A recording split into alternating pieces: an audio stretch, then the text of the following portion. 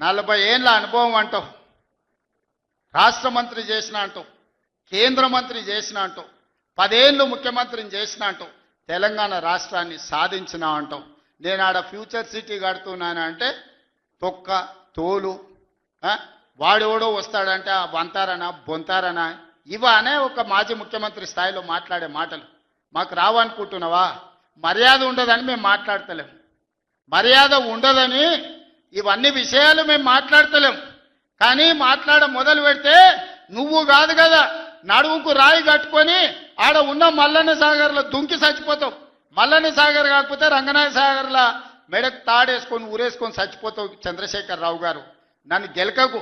నేను అన్ని చూసిన, ఎక్కడి నుంచి వచ్చిన, నేను నల్లమల్ల అడవుల నుంచి వచ్చిన, జడ్పీటీసీ గెలిచిన, ఎమ్మెల్సీ గెలిచిన, ఎమ్మెల్యే గెలిచిన, ఎంపీ గెలిచిన, తెలంగాణ రాష్ట్రానికి ముఖ్యమంత్రి అయిన అమాం బాపత్ గాని కాదు.